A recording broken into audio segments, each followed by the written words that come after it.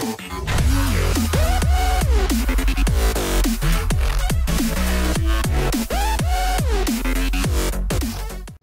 is going on today, guys? Tomcat here, and today we're back in the crew beta. Now, I've made a couple of changes. I've figured out a way to turn off other people's mics, which was causing some really weird issues. And as you might notice, we have a Facecam now, so that should be interesting in general, just to see how that goes in relation to how the game is playing and how we play the game. And hopefully, from now on, with using Marilla's action, I'll be able to include Facecam in a lot more videos. So, what we're gonna do is we're gonna just take a drive through the mountains, and we'll see what we can actually do as far as exploring goes. Because the last time we did a road trip, we only got to just kind of like to the base of the mountains. We didn't really go all the way through the mountains. And I just downloaded a patch for the game as well, so hopefully that fixed a lot of the issues that we were having before. Now. And also, I hope it fixed the bug that I was having with the car customization, where I would go in and I'd try to customize the car, and everything would be fine until I would leave the customization shop, and then my game would crash. So, hopefully that glitch has been fixed, and I'll definitely check that out later. I won't really do that in the video because nobody wants to see the game crashing over and over and over. But I definitely, like I said, want to take a look at some of the other cars we'll be able to buy at a certain point. And I'll also do some of the story at some point also. But I feel like the story is kind of just something that... It's just something that everybody will be showing and that everybody will be playing through anyway. And in order to give you guys a much more interesting viewing experience, I would kind of like to just kind of go through the story and show you guys more of the things like cruising and customization and cars and racing and that kind of stuff. So I think that there are a couple, there's one skill up here, like one like skill event that I know you have to be a higher level to do. I think it's a speed skill. I'm not quite sure what it is, to be honest. Actually, no, that wasn't a speed skill, but I'm not sure what it actually was. This area, actually, it's funny because it reminds me of a track in, oh gosh, what was it? Need for Speed Porsche Unleashed from a long time ago. And that was actually a really sweet game, too. I really enjoyed that game. But, whoa, holy crap. Those, like, snowcat buses or something. I don't even know what they're called. They just have tracks on the bottom. But, anyway, this reminds me a lot of the Alps track in that game, just because of the snow and the ice and just the way the road looks. And sort of how the road feels. It's kind of weird. This game actually feels a lot like that game in a really odd way. It's just kind of funny. But... it's weird because we're driving out here, but none of these skills are unlockable yet. And I'm actually going to change into first-person view because... there we go. Because I want a bit of extra immersion for driving in these mountain roads.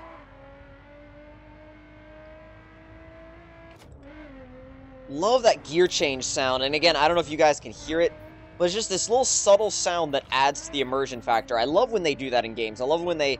add a little bit of extra immersion. And oh god, that was really close. I need to Toge battle EK Drifter 458 here. That would be so cool. The drifting is kind of easy, I guess you could say. It feels a little bit artificial.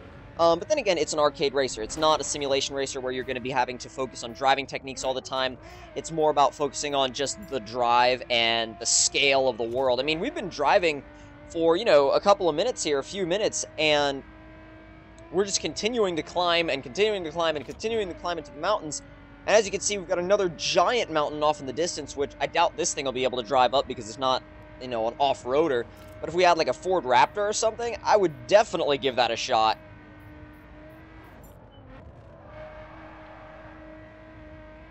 And actually, the money system as well, the way you can get money by earning points and doing skills and stuff like that, is actually very similar to how Test Drive Unlimited 2 did things. Test Drive Unlimited 2, if you guys remember the free roam instant money system, this is a lot like that. It's got a lot of similar traits. It's not exactly the same, but it definitely, it kind of stems from the same concept, if that's, I guess if that's what I'm trying to say.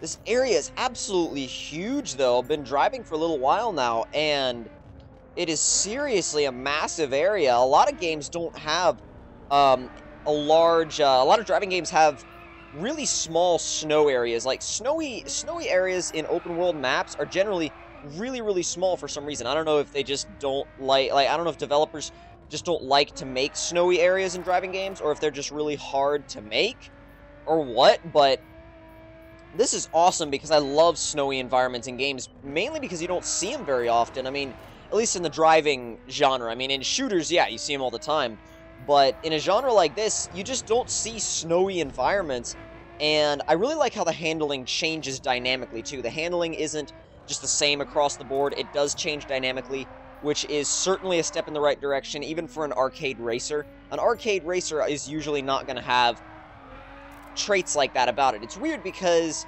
you would think that if a game was going to be arcadey, it would just be arcadey, but this game definitely doesn't follow that same kind of mold, I guess you could say. Alright guys, so we're back, and I had some weird mic interference a minute ago, and I guess it wasn't turned off. I attempted to turn it off, but I guess it wasn't turned off. I just kind of stopped in the side of the tunnel to try and fix it. But apparently it just fixed itself. I don't know why, but apparently, like I said, it just kind of fixed itself on its own. And if we pull the e-brake, ooh, wow, not bad. Not bad for my very first attempt at any kind of downhill drift in this game. In fact, let me pull over and switch some assists off. That's something I definitely haven't done yet. So let's go ahead and go into the options. I don't know why I'm using the mouse. I don't need to use it. Let's see. Audio, controls. Let me actually go back. Okay, steering sensitivity, steering linearity. Let's see. Steering dead zone. Alright, let's see. Hardcore, sport. Let's just jump straight into hardcore and see what happens. See how simulation-like it actually is in hardcore. Alright, coming up to a corner, and yeah, it wants to oversteer, but you can correct it. You can easily correct it. There's no, it wants to slide a lot on the snow, as you can imagine, but like I said, it's controllable. It's not overly aggressive. It's not, like, trying to be too realistic and just spin around on you every time you go anywhere near any kind of oversteer. But, I mean, it does it makes you respect the car, but, oh, and that'll happen if you're not careful.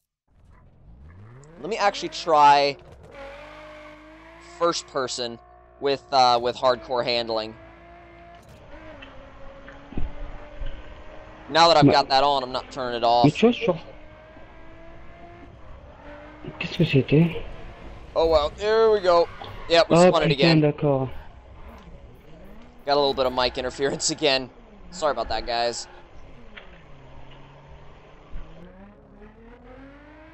Alright, now, we'll see if we can get a little bit of a feel for this. It feels very light. That's the thing. I was expecting it to feel heavy, kind of like the cars in Forza, for example. The cars in Forza have a very weighty feel to them. They feel kind of heavy. On simulation, or hardcore, whatever you want to call it, in the crew, it feels, like I said, it feels very light. It feels very, Is this where I just came from? I feel like it is. I feel like I've done a big loop. Let me check the map. Oh, I see. Okay, so I would have to come down this road and then go out this way. Or just go down this other side road, which I probably would do instead, because it looks a little bit more interesting than just taking the highway. But the cars feel light, or at least this car just has a very light feel to it. It doesn't have that same feel where a lot of simulators make the cars feel really heavy, like really heavy. You guys know exactly what I'm talking about, but it kind of, again, it goes back to Test Drive Unlimited 2 in a way, because Test Drive Unlimited 2, the cars in Test Drive Unlimited 2 or at least Test Drive Unlimited 1 on hardcore handling, they also had kind of a weird lightness about them, while at the same time some of the cars felt way too light, some of the cars felt way too heavy. This game I haven't really driven any other cars other than this 370Z, but once I actually do that, I'll definitely be able to give you guys an updated opinion on whether they all feel really light or whether they all feel really heavy. Keep in mind, it's not a game-breaking thing, but it's just something that you would want to be, want to be aware of if you were going to play on simulation difficulty. Or hardcore. I keep calling it simulation. I don't know why.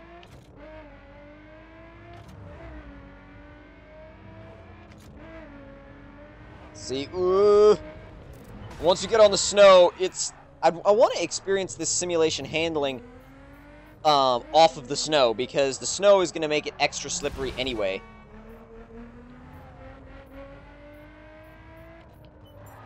But I will admit, though, the scenery does look good. The scenery is nice. It's not bland, and I was expecting, with the scale of this game, because the scale is crazy, right? The overall scale is just huge.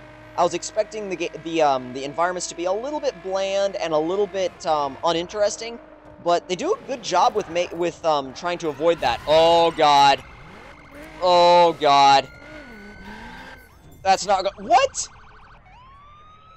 No! Oh, come on!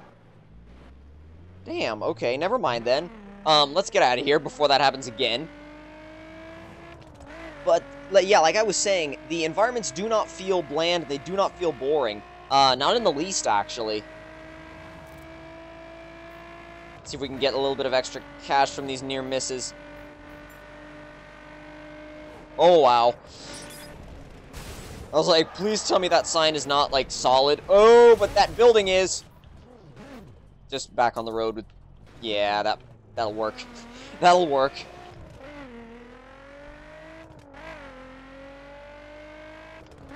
Wonder how close we are to actually getting out of, like, the snowy area.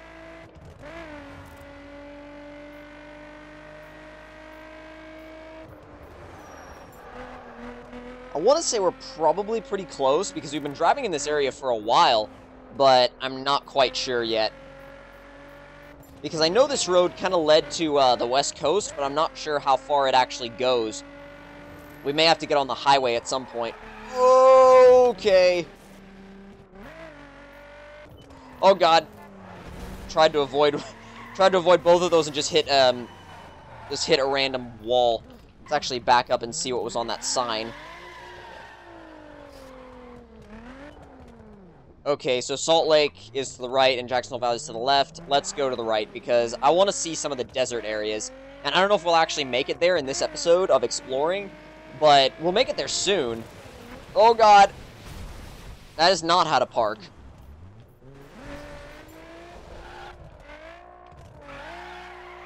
The simulation handling definitely keeps you on your toes, that's for sure.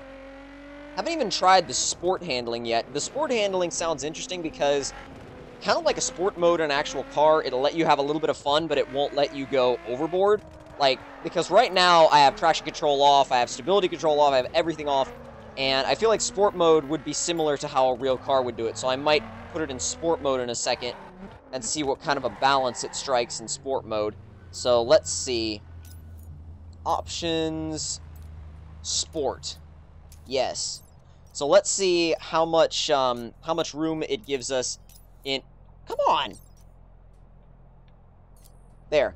Let's see how much room it gives us in sport mode versus how much room it gave us in hardcore mode.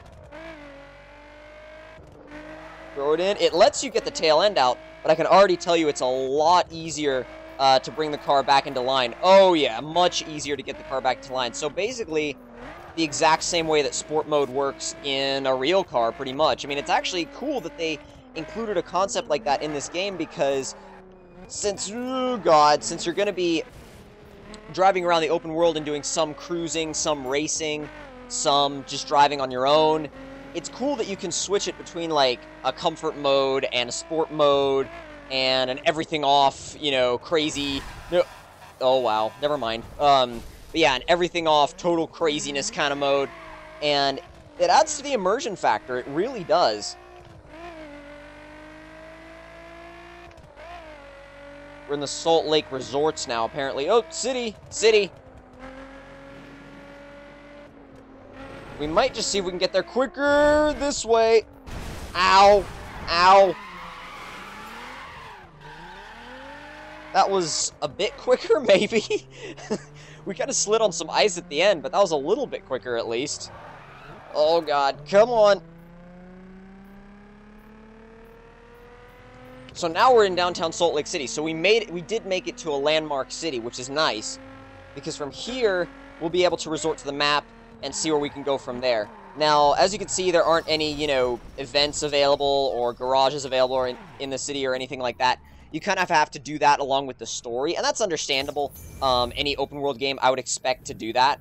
But let's see. So, the actual lit up areas are areas that we've actually been to. Pikes Peak is actually over here, which looks awesome. We definitely need to go check that out sometime.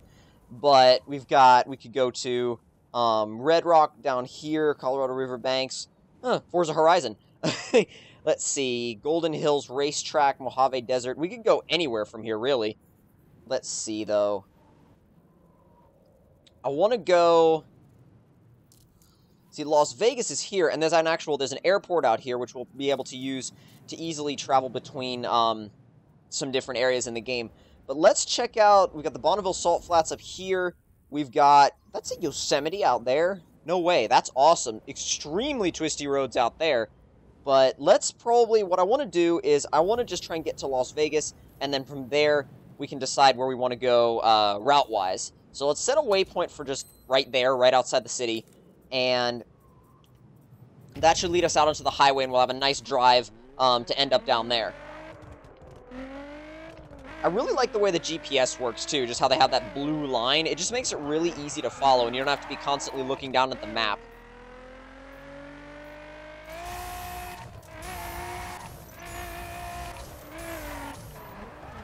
Shifting and using the nitrous at the same time is a little bit difficult. I think I'd wait until I was in a higher gear to use it. Oh, not bad. Later. It's like, out of the way.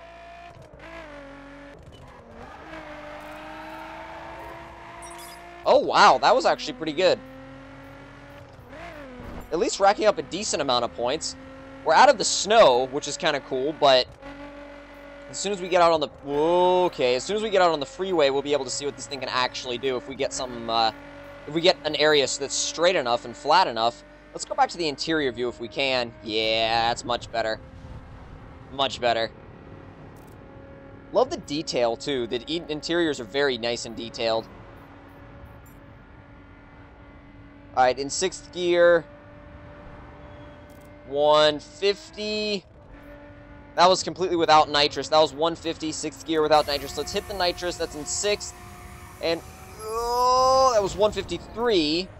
But it probably wasn't the best place to go for something like that because it wasn't very straight and there was quite a bit of traffic too as well. So,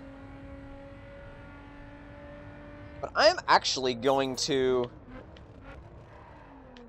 pull over one more time and I'm going to turn up the game volume a little bit. Oh, there's a train over there. Sweet. I'm going to turn up the game volume a little bit and just see if I can let you guys hear, like, just hear the car. Game mapping, video settings, game settings. Where is it? Audio. Okay. So let's turn it up 1 notch, 2 notches, and let's just see how that... Wow, I can hear the train, too. And let's just see how that goes, and I'll let you guys just kind of hear the pure sound for a little while.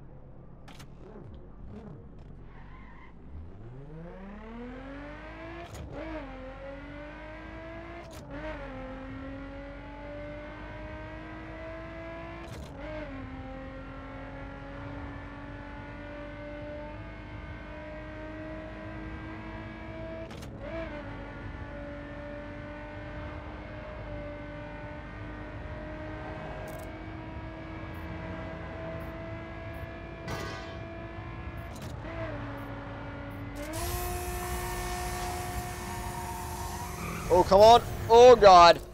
That's 160 before a roll. I have no idea where we're going to end up after this.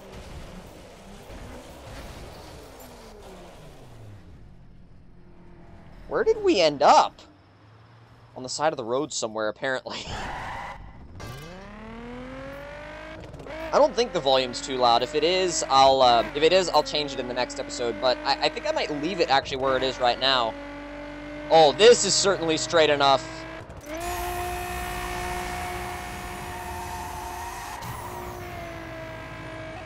$164. That's about as much as it's going to give us, I think, is 164. This is going to be insane for roll races in the full game. Oh my god. Just get up next to somebody, just 50 roll. There's so much room for 50 roll, or 60 roll, or 30 roll, whatever you want to do. Even dig racing, it's brilliant.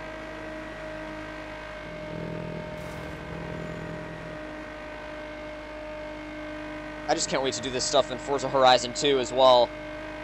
Still a ton more room for that kind of stuff here.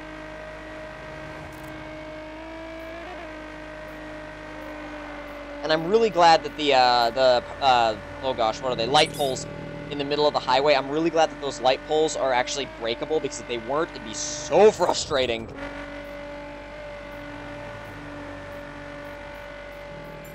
Our exit should be coming up soon in a second here. As soon as it tells us to actually get off, or the highway will just curve in, I'm not sure. Ouch! Might need to get out of oncoming, that'd be a good idea. Here we go, we're nearly there.